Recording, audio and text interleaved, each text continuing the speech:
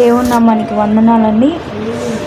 ఈరోజు ఉదయం దేవుడు మనతో మాట్లాడుతున్న మాట ప్రకటన గ్రంథం 2వ అధ్యాయము 10వ వచనం. 10 దినములు శ్రమ కలుగును, మరణం వరకు నమ్మకం ఉండును. అదే వచనంలో పైనుంది ఒక మాట, ఇదిగో మీరు శోధింపబడినట్లు అపవాది మీలో కొందరిని చెరసాల్లో వేయింపబోచున్నారు. అయితే ఇక్కడ ఏమనుందంటే శోధింపబడుతున్నట్లు ఇక్కడ తెలుస్తుంది. శోధన అనేది అసలు ఎలా వస్తుంది? శోధన అనేది ఎవరికి వస్తుంది? శోధన అనేది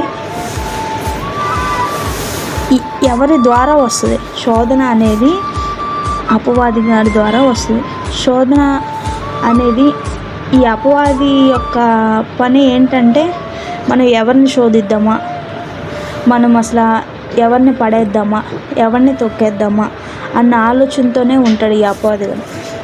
అయితే అపవాది ఎప్పుడైతే ఈ క్రైస్తవులు ఎక్కడైతే ఉంటారో, దేవుణ్ణి ఆరాధిస్తారో, దేవుడికి ఎక్కడైతే దగ్గరగా ఉంటారో, దేవుణ్ణి ఆయన యందు భయభక్తులు కలిగి జీవిస్తారో అక్కడ మాత్రమే అపవాది పనిచేస్తూ ఉంటుంది. ఈ శోధన నుంచి మనం క్రైస్తవులు అయి ఉండి మనం ఆ శోధన నుంచి జయించాలంటే మనం చేయాల్సింది ఏంటి? ప్రార్థన. ఆ ప్రార్థన వల్లే మనం శోధన నుంచి తప్పించబడాలి. ఆ ప్రార్థన జీవితం అనేది మనలో లేకపోతే మన శోధనకి లోబడిపోతాం. మనం ఎప్పుడైతే ప్రార్థన జీవితాన్ని కలిగి ఉంటామో ఆ ప్రార్థన ద్వారానే ఆ శోధన నుంచి మనం విజయం పొందుకోగలం. ఈ లోకంలో చూసుకున్నట్లయితే ప్రేమలు అనేవి శాశ్వతం కాదు. ప్రేమలు అనేవి ఎప్పుడూ ఉండవు. ప్రేమలు చల్లారిపోతూ ఉంటాయి. ఈ అంత్య దినాల్లో మనం నేర్చుకోవాల్సింది ఏంటంటే ఆయన యొక్క ప్రేమ. ఈ సహజమైన ప్రేమలు వ్యర్థం. సహజమైన ప్రేమలు ఎప్పటికీ ఉండవు. మన ప్రభు అయిన యేసు యొక్క శిలువ త్యాగాన్ని, ఆయన యొక్క ప్రేమను మనం ఎప్పుడైతే తెలుసుకుంటామో మనం నిత్య రాజ్యంలో వారసులుగా ఉంటాము. శోధనలు వస్తూ ఉంటాయి కానీ మనం నిలిచిన వారమై ఉండాలి.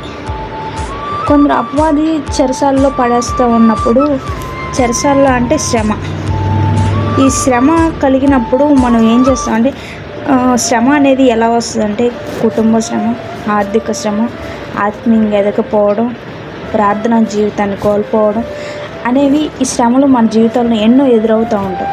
అవన్నీ జయించుకోవాలనుకుంటే మనం ఆయన యందు భయభక్తులు కలిగి, ఆయన యందు విశ్వాసం ఉంచి, ఆయన యందు నిరీక్షణ ఉంచి, ఆయన్ను మాత్రమే వేడుకొని, ఆయనకి మాత్రమే ప్రార్థించాలి.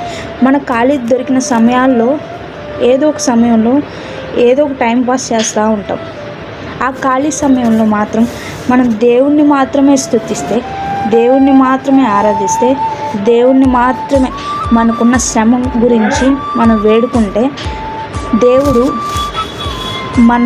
మనల్ని శోధనల నుంచి విడిపించగల సమర్థుడు.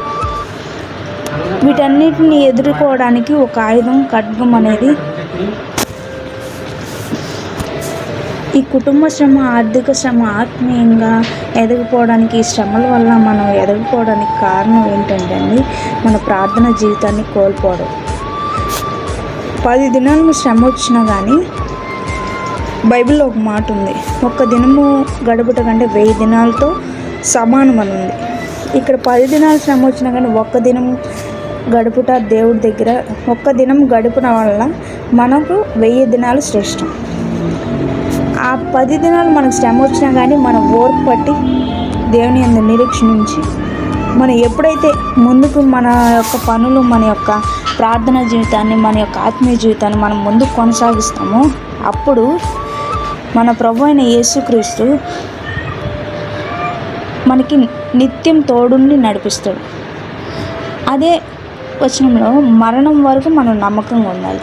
మరణం వరకు నమ్మకంగా ఉన్నామనుకోండి, మనం ఫస్ట్ నుంచి, ఆది నుంచి అంతం వరకు మనం ఎప్పుడైతే కొన్ని రోజులు నమ్మకంగా అపనమ్మకంతో ఉంటాం, దేవుడు కార్యాలు చేస్తేనే కొన్నిసార్లు దేవుడిని నమ్ముతాం. దేవుడు కార్యాలు లేటుగా రావడం వల్ల అపనమ్మకం కలుగుతూ ఉంటుంది. ఆ నమ్మకాల నుంచి మనం ఇట్లా దేవుణ్ణి దూరం చేసుకోవడం వల్ల మనం నిత్య రాజ్యాన్ని కోల్పోతాం. మనం ఎప్పుడైతే మరణం వరకు నమ్మకంగా ఉంటామో అప్పుడు మాత్రమే మనం ఆయన యొక్క పరలోక రాజ్యంలో మనకి స్థానం అనేది ఉంటుంది. దేవుడి కొద్ది మాటలు దేవుడు మన వెనుకల్లో దీవించును గాక. ఆమేన్.